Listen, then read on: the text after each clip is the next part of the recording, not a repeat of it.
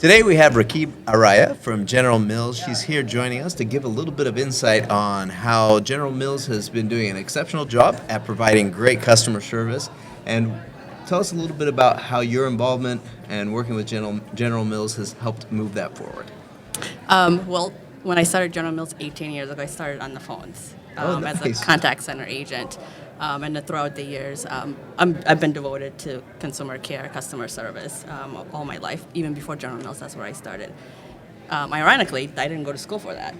I started General Mills while going to school for marketing and business admin, but kind of fell in love with providing service, being in service of people. So it kind of went hand in hand for me. That's awesome. Yeah. I mean, it's not very often do you meet people that started on what a lot of people would consider the front lines and then just show a strong aptitude and love and passion for the people that it helps propel you forward in your career.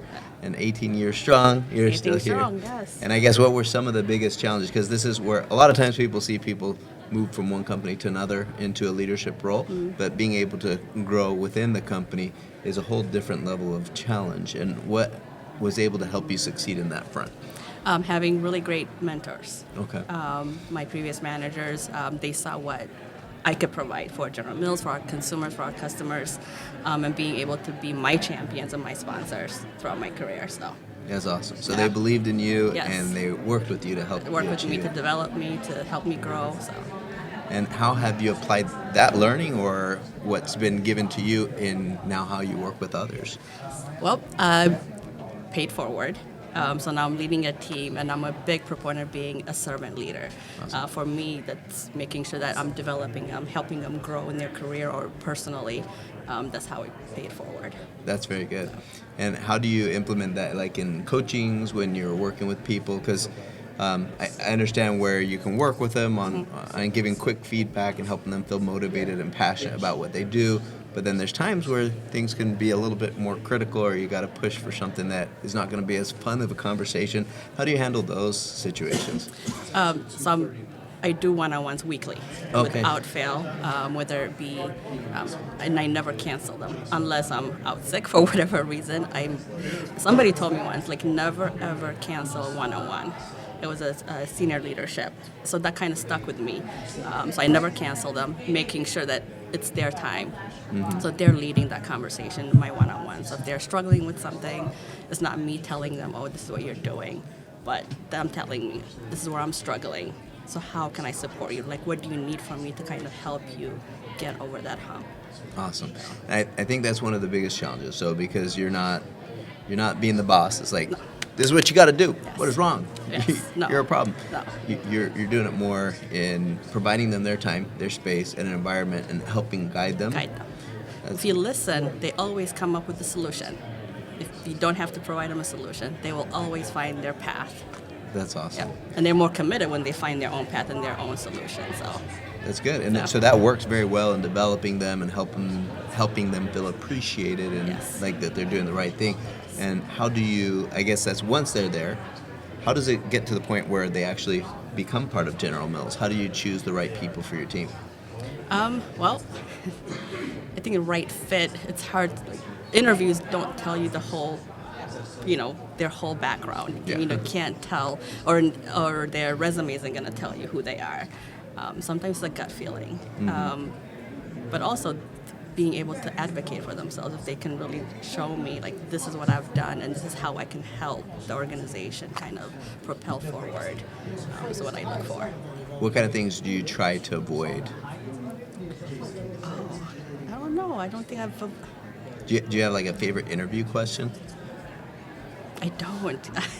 Oh, that's a So good one. when you interview, you just kind of We wing usually it every have, time? Or? no, not wing it. We Okay. usually have, HR provides us, okay, these are Okay. kind of the guidelines that we kind of follow. So For it's like consistency. the consistency, so that, we're being fair. I Yeah, guess. that way they're not like, he's interviewing things completely different Yes, than you. yes. And that's why you can't really get calibrated. That makes right, sense. yeah. And that's actually a good thing that you mentioned, because it's all about being calibrated as well. When you're trying to look for efficiency in an organization overall, Yes. if one guy's doing things completely Completely different than different. another, it's It's hard hard. to calibrate that. Yeah. But I do always throw in a fun question. So Oh. it's usually like Coke or Pepsi. And then do you fire them if they answer wrong? Yes. Like yes. not hired. Not hiring this person. No. What's your favorite General Mills product then? Oh, Cinnamon Toast Crunch. Ooh. By far. You brought some, right? You got to share didn't. the love. Oh, but I'll send some. Yeah, that's definitely one of my favorites too. Right? Yeah, you can't I go through a wrong with box like in a week. It's a problem. Box a week's not a problem. A box of no, right? Thank you. People usually be like, yeah, that's a problem. So, You just say like a box a day, and I was like, oh, that's maybe, well, the mini one, yes. maybe a problem, but no, a box a week? No, a box a week's not that bad. No.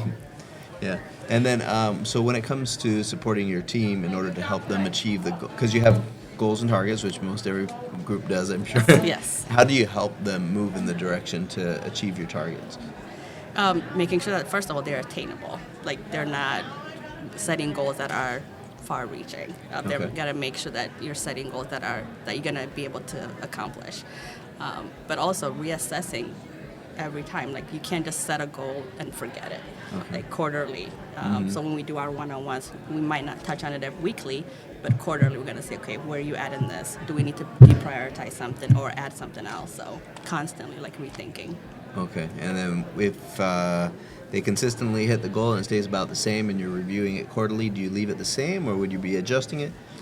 We can adjust. I mean, if they're consistently hitting it, like, are you just complacent? Are you looking for new challenges?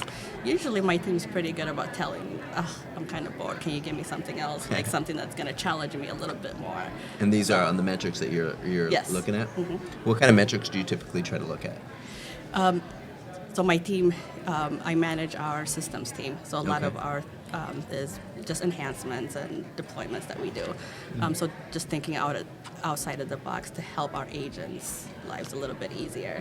And then I have a team that supports our sales team. So they're looking at how many cases or requests that they can handle on a given day or month. Okay. So And do most of these individuals that work with you, are they working from home or at the office where you can spend time with them face to face? they're primarily home. Okay. But we do what is called an all aboard day once a month. Okay. So I try to have them come in so we could do like moments that matter, whether it be birthdays that we can celebrate together or wins for the team. So yeah. And so everybody lives within a general area in order to be able to do that, right? Most part. I have 20% that are remote outside of the state, so Okay. it's a little bit challenging with that, but we do incorporate them with virtual meetings and things like that as well. Do you find that it's more difficult or a bigger challenge to have them feel like they're part of the organization due to the fact that they can't come to these on site? They do feel a little bit that they're not part, just because when we're doing in-person things at the headquarters, typically they can't join in. So they do feel a little bit left out in a sense, but I try to make them feel included by either having it a virtual option, if I'm leading the meetings or the events, or sending them some care package like from the event if we had something going on. Okay. And then all these, the different operations, you control it mainly in-house, or are there times that you work with third-party companies to support operations? My team is all internal, so all General Mills employees. And then I have colleagues that manage our external Externals vendors. as well. Yes. And for the colleague, so on yours, it's a lot of it is support within the organization Yes. primarily? Yes. So versus direct interaction with consumers, right? Correct. Okay. Correct. And what would you say is some of the biggest differences when it comes to supporting direct consumers versus the internal clients? They pose a different sets of challenges with consumers, making sure that you're available in the channel that they want when they want it. Internally, making sure that we're providing all that information, that insight, so that they can make impactful changes with our brands or products. So, Makes sense. yeah. And what are some of the targets or goals, or what's something that you're striving to attain in 2023 for General Mills and your team?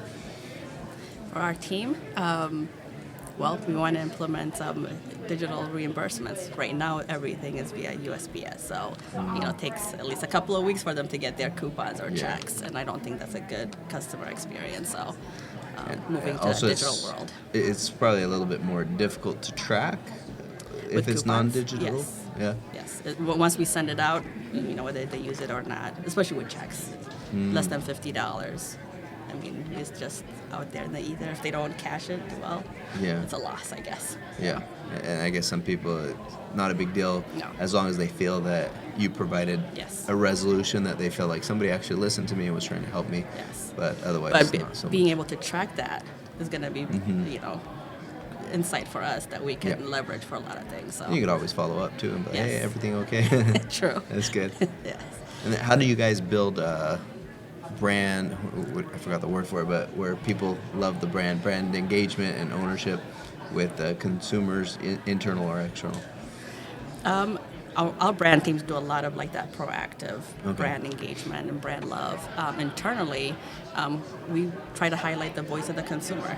I mean, we are the front line, or our team is, so we got to make sure that we're highlighting what the consumers need and wants, and what their disappointments are. There's been things that have come back that we've discontinued because of consumer feedback. Really? Yeah. That's cool. Yeah. So that shows really actively listening to Yes, them. yes, we do. Do you have any fun or interesting stories that you can share of like a challenge that you had and you had to overcome?